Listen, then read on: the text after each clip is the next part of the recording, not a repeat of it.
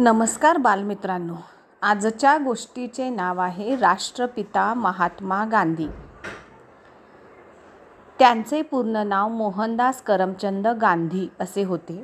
2 October 1869 रोजी काठेवाडीतील पोरबंदर येथे मोहनदास गांधींचा जन्म झाला. त्यांच्या वडिलांचे नाव करमचंद व आईचे नाव पुतळाबाई असे होते. लहानपणी गांधीजींची प्रगती मध्यम असली तरीही सद्वर्तनामध्ये त्यांचा क्रमांक मात्र नेहमीच प्रथम असे. राजकोट येथे गांधीजींनी त्यांचे शालेय शिक्षण मॅट्रिक परीक्षेपर्यंत पूर्ण केले. त्या काळात उच्च शिक्षणासाठी परदेशात जावे लागत असे. मुलगा परदेशात गेला तर बिघडेल या भीतीने त्यांच्या आईने सुरुवातीला परदेशात जाण्यास नकार दिला होता. परंतु गांधीजींनी आईची शपथ घेऊन मी वाईट वर्तन करणार नाही असा विश्वास दिला. आईची परवानगी मिळाल्यानंतर गांधीजींनी परदेशात जाऊन खूप मेहनत घेऊन अभ्यास केला व बॅरिस्टरची पदवी मिळवली. आपल्या आईला दिलेल्या वचनाप्रमाणे मायदेशी परत आली. बालपणी त्यांनी हरिश्चंद्र हा चित्रपट पाहून त्याप्रमाणे सत्याने जीवन जगण्याचा निश्चय केला. भारतीय जनतेने गांधीजींना महात्मा ही पदवी दिली व राष्ट्रपिता हा बहुमान दिला. सत्याचे प्रयोग हे आत्मचरित्र त्यांनी लिहिले. दक्षिण आफ्रिकेला खटल्यासाठी गेल्यावर भारतीयांना मिळालेली अपमानास्पद वागणूक पाहून ते खूप दुःखी व कष्टी झाले. नाताळ इंडियन काँग्रेसची स्थापना करून गांधीजींनी तेथील भारतीयांना अन्यायातून मुक्त केले. जनतेला रोजगार मिळावा म्हणून सूतकताईचे काम सुरू केले. खादीचा पुरस्कार केला.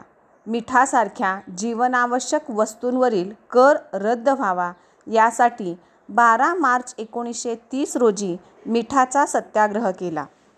दांडी यात्रा काढली. साबरमती ते दांडीपर्यंत पायी प्रवास केला. गोलमेज परिषदेसाठी गांधीजी परदेशात गेले होते.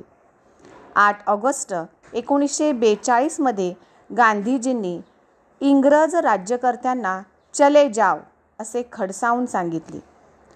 गांधीजींनी सत्य, अहिंसा, अन्यायाविरुद्ध लढा दिला व जनतेलाही आपल्यासोबत स्वातंत्र्य लढ्यात सहभागी करून घेतले. गांधीजी एकदा ओरिसाला गेले होते. तेथे त्यांच्या भेटीसाठी लोकांची खूप गर्दी झाली होती. परंतु कित्येकांना अंगभरून कपडे नव्हते.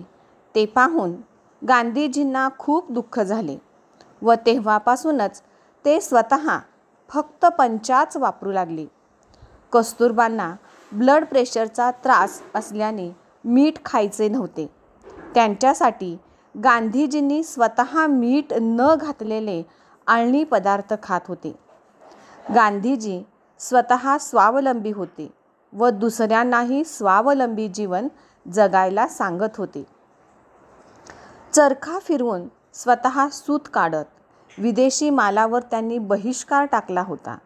गांधीजींनी सत्याचे प्रयोग नावाचे आत्मचरित्र लिहिले.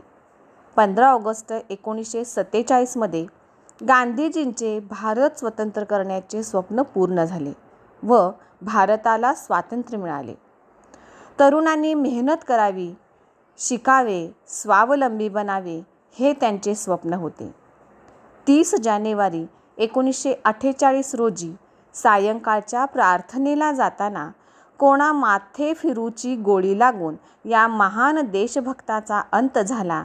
त्यांनी हे राम असे अखेरचे उद्गार काढून प्राण सोडला.